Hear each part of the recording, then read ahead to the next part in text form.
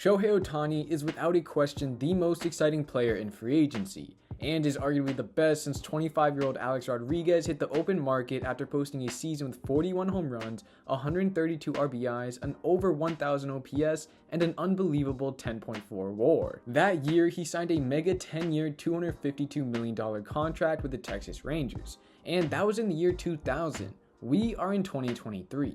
There are 56 players with 9-figure deals, and Shohei will trump them all. On MLB Trade Rumors, they predict $528 million over 12 years, and almost every single MLB analyst also predicts he will sign north of $500. A price no team has ever gone in North America, and most certainly not the Blue Jays, whose biggest free agent contract is George Springer's 6-year, $150 million deal. But Shohei is one of the best players in recent memory, and when a player like this hits the open market, you attack with all hands on deck.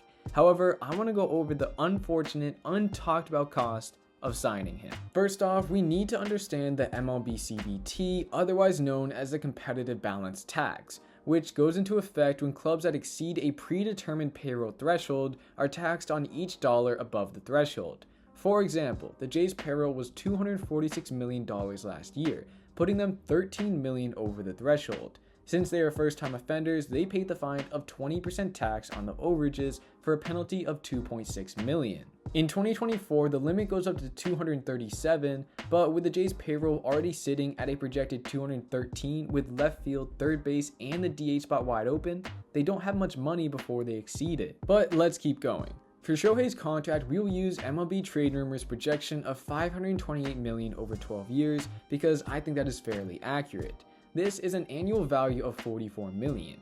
Add that to the already projected payroll and it bumps it to $257 million.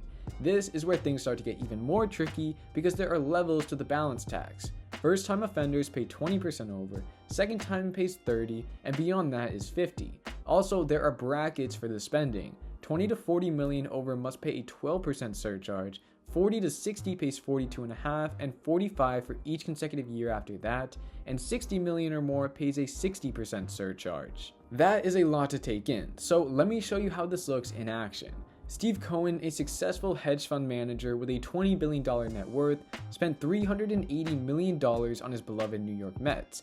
With this being the second straight year over the threshold and way past the $60 million bracket, he had to pay roughly $65 million in penalties. With Shohei's $44 million contract with the Jays, they still won't be at Cohen's level, but they would most likely be one of the teams in the continuous spenders list. When has Rodgers ever been that team? Since 2000 when they took over, they've averaged the 15th highest spenders in the league. But I do have to say, since 2021, the club has started to move away from that narrative. As mentioned, they signed George Springer to a mega deal, Kevin Gausman for 5 years, 110, extended Jose Barrios for 7 years, 131, and with the brand new renovations to the Rogers Center along with a winning team, the Jays had 3 million fans in attendance last season. The first time since 2017 and only the third time since 1993. Could this be Rodgers' way of moving the Jays into the same level as the Los Angeles Dodgers, New York Yankees, and St. Louis Cardinals as a perennial playoff team? Because they have the money, the big market club, and the fan base that is dying for a superstar team which they haven't had in years. Well, one can only hope. But if the Jays do want to make this shift, now is the time, and it all starts with signing Shohei Ohtani. That wraps it up for this video. If you enjoyed, make sure to hit the like button, subscribe, and I will see you in the next one.